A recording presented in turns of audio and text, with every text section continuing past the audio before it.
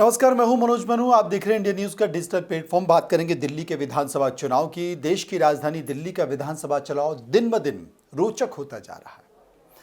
आपको बता दें कि कई तरह के आरोप प्रत्यारोप का दौर तो चल रहा है, लेकिन दिल्ली में एक बड़ा मुद्दा है और वो है झुग्गियां। बड़ी संख्या में झुग्गियों में लोग रहते हैं और करीब आप ये मान के चलिए कि दिल्ली के जो कुल वोटर हैं उनका 10% मतदाता वो झुग्गियों में रहता है और ये दिल्ली की सरकार को प्रभावित करता है। अब तक जो तमाम आंकड़े निकल कर आए हैं वो आंकड़े ये बताते हैं कि 2 बार जो सत्ता प्राप्त हुई आम आदमी पार्टी को, उसमें सीटें 67 से और 70 तक आम आदमी पार्टी पहुंची। उसमें एक बड़ा स्टेक झुग्गी झोंपड़ियों में रहने वाले लोगों का है, जे क्लस्टर में रहने वाले लोगों का है। 10 साल में अपने घोषणा पत्र में आम आदमी पार्टी ने झुग्गी की दशा और दिशा बदलने के लिए कई सारी बातें भी की।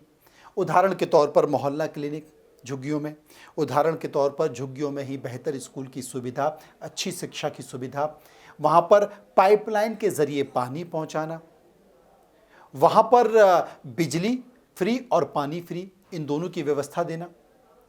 ये तमाम सारी चीजें की, लेकिन सतह पर उतनी दिखाई नहीं देती है।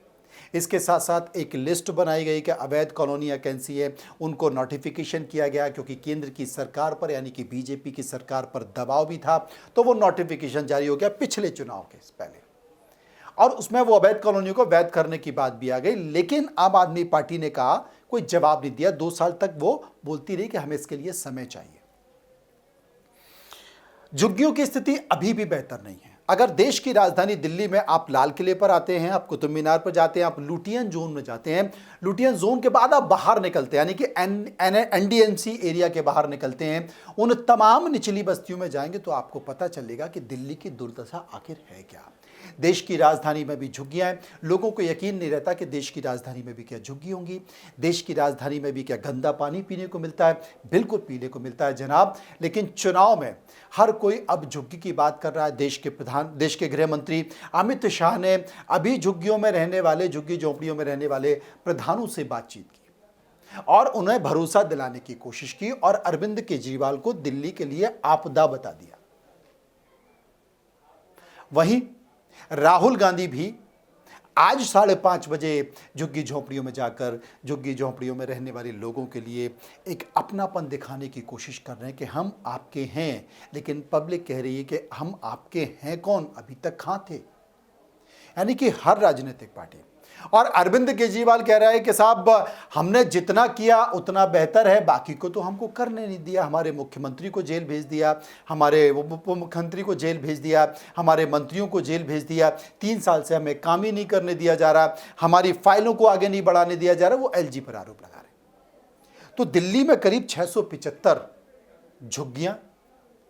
झुग्गी कॉलोनी है और अगर 1700 की संख्या है, जिनमें झुग्गी भी हैं, झोपड़ी भी हैं और जे क्लस्टर्स भी हैं, बड़ी संख्या है।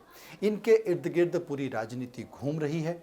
और अगर दिल्ली की आपको हकीकत समझना है तो एक बार इन झुग्गी झोपड़ियों में या जे क्लस्टर में चले जाइए, आपको पता चल जाएगा कि देश की राजधानी दिल्ली की दशा दिशा क्या है। और दिल्ली में बैठ के जो लोग देश की तस्वीरें दिखाते हैं, उनकी कथनी और कतनी में कितना अंतर है। फिलहाल इतना ही।